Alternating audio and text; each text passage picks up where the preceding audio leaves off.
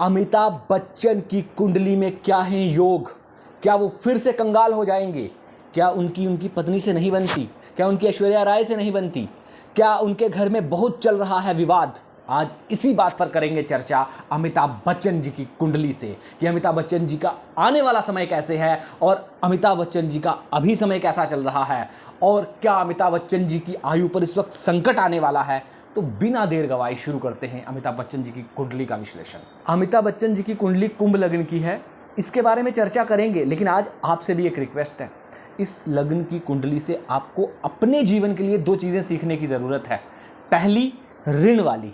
आपने अमिताभ बच्चन जी के बारे में सुना होगा, उसी से रिलेटेड क्या कि गुरु इनका छठे घर में उच्च का है। मतलब आपकी कुंडली में भी याद रखिएगा, अगर छठे घर का मालिक अच्छी पावरफुल अवस्था में है तो ऋण लीजिए, दीजिए मत।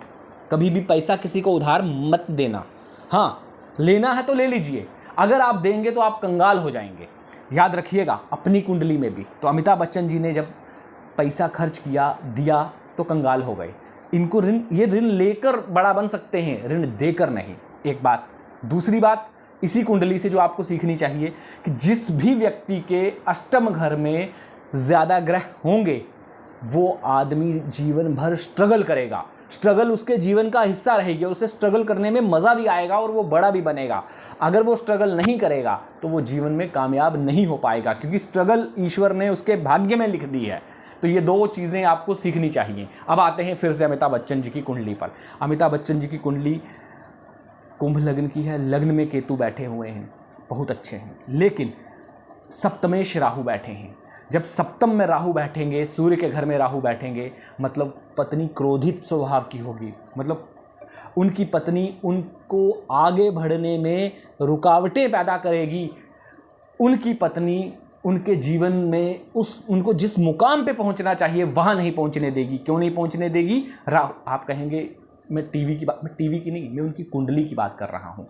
कुंडली देखिए ना आप, राहु बैठा हुआ है सप्तम स्थान में सूर्य के घर में और सूर्य से 12वें है, पीड़ित कर रहा है पत्नी स्थान को। अब एक और बात, उनका शुक्र नीच का है, भाग्य स्थान का मालिक भी नीच का सूर्य के साथ बैठा है, तो मतलब और समस्याएं।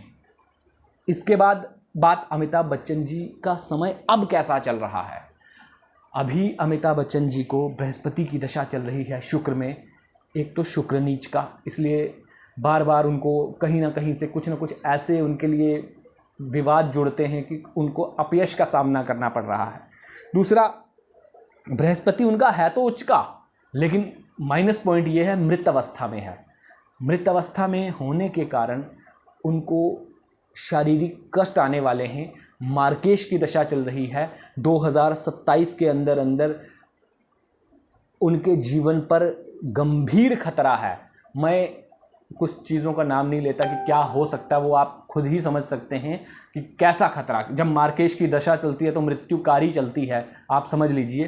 तो 2027 अगर अमिताभ बच्चन जी सक्सेसफुली निकाल लेते हैं 2027 तक, तो 3 साल उनके जीवन में बहुत ही शानदार बीतने वाले हैं और उनकी जीवन में कुछ ऐसे परिवर्तन आएंगे जो अद्भुत और अद्वितीय होंगे। आपने आज तक ऐसे परिवर्तन सुने नहीं होंगे।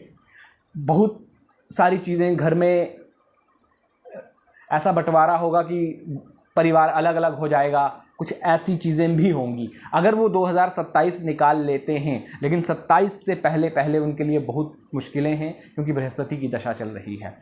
अगर हम उनके भाग्य की बात करें तो भाग्य का मालिक नीच का बैठा है, लेकिन भाग्य में चंद्रमा बैठा हुआ है। मतलब अमिताभ बच्चन जी जो सोचते हैं उन्हें वो नहीं मिलता, उससे बेस्ट मिलता है। ईश्वर उनको देता है, लेकिन जो वो सोचेंगे, जिस हिसाब से वो प्लान करेंगे, वैसा उनको बिल्कुल नहीं मिलेगा। ऐसा भाग्य है उनका। उनका भाग्य स्ट्रगल, मेहनत में है, क्योंकि अष्टम घर में सूर्य, बुध, शुक्र और मंगल बैठे हुए हैं। उनकी कुंडली में सबसे पॉजिटिव चीज़ क्या है? शनिदेव। शनिदेव उनके चौथे घर में बैठे हैं, मित्र के घर में बैठे हैं, लग्नेश हैं। इससे क्या है कि जैसे जैसे उनकी आयु बढ़ी, उनका यश, उनका नाम चारों दिशाओं में फैला। हिंदुस्तान ही नहीं, हिंदुस्तान से बाहर भी फैला। ये है उनकी पॉजिटिविटी। और फिर उनको जब शनि की दशा आएगी, उनका नाम और यश और बढ़ेगा। लेकिन इस बार की शनि की दशा में परिवार में भी कुछ बिछड़न टाइप का हो जाएगा, अगर आती है तो। लेकिन उसकी संभावनाएं अभी कम हैं। अभी बृहस्पति की दशा चल रही है, पैसा खूब आ रहा है, लेकिन मृत्यु कारक दशा भी चल रही है। अचानक उन्हें सर्दी, जुकाम और पेट से रिलेटेड कुछ ऐसी इन्फेक्शंस होंगी जो उनको हॉस्पिटल में एडमिट करवा देंगी। आप देखेंगे आने वाले कुछ महीनों में अमिताभ जी हॉस्पिटल में एडमिट होंगे, पेट से रिलेटेड गंभीर समस्याओं से जुड़ी हुई समस्याओं से रिलेटेड। तो ये है अमिताभ बच्चन जी की कुंडली। अब बात एक और उनके बेटे से। जब बेटे की बात करेंगे तभी बेटा मतलब बहू। यहाँ का मालिक अपने घर में बैठा हुआ है। तो जो लोग ये कहते हैं ना कि अमिताभ बच्चन जी और ऐश्वर्या राय में विवाद चल रहा है, ये कोरा झूठ है।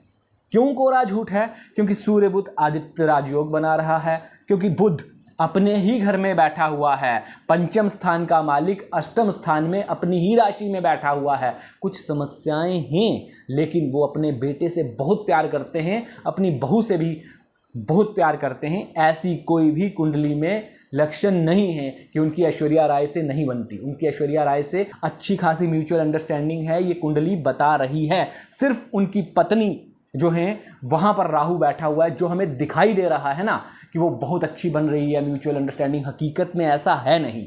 अंदरों अंदर परिवार के बहुत सारी समस्याएं चल रही हैं, क्योंकि ये राहु जीवन भर यहीं बैठा रहेगा। क्योंकि जन्म के समय जहां पर ग्रह नक्षत्र बैठे होते हैं वहीं उनकी लाइफ टाइम होती है। सिर्फ जब वो गोचर में चलते हैं तब बड़ी समस्याएं कर देते हैं। मतलब गोचर और महादशा और अंतरदशा ये तीनों जब बराबर आ जाती है ना, तब होते हैं विस्फोट। तब उन रिश्तों में आती है दरार, तब उन रिश्तों में आता है प्यार। अगर अच्छे हैं तो प्यार, बुरे हैं तो दरार। इसलिए गोचर की दशा, महादशा और अंतरदशाएं, ओरिजिनल कुंडली की जब ये तीनों एक साथ टकराती हैं, तब जीवन में जो आपके ग्रह नक्षत्र हैं वो आपको सही मायनों में फल देते हैं। तो ये रही अमिताभ बच्चन जी की कुंडली। आगे फिर करेंगे किसी और अच्छी कुंडली का विश्लेषण। आज इतना ही, बहुत बहुत धन्यवाद। अब बताइए अगली बार किस नेता या किस अभिनेता की कुंडली पर किया जाए विश्लेषण।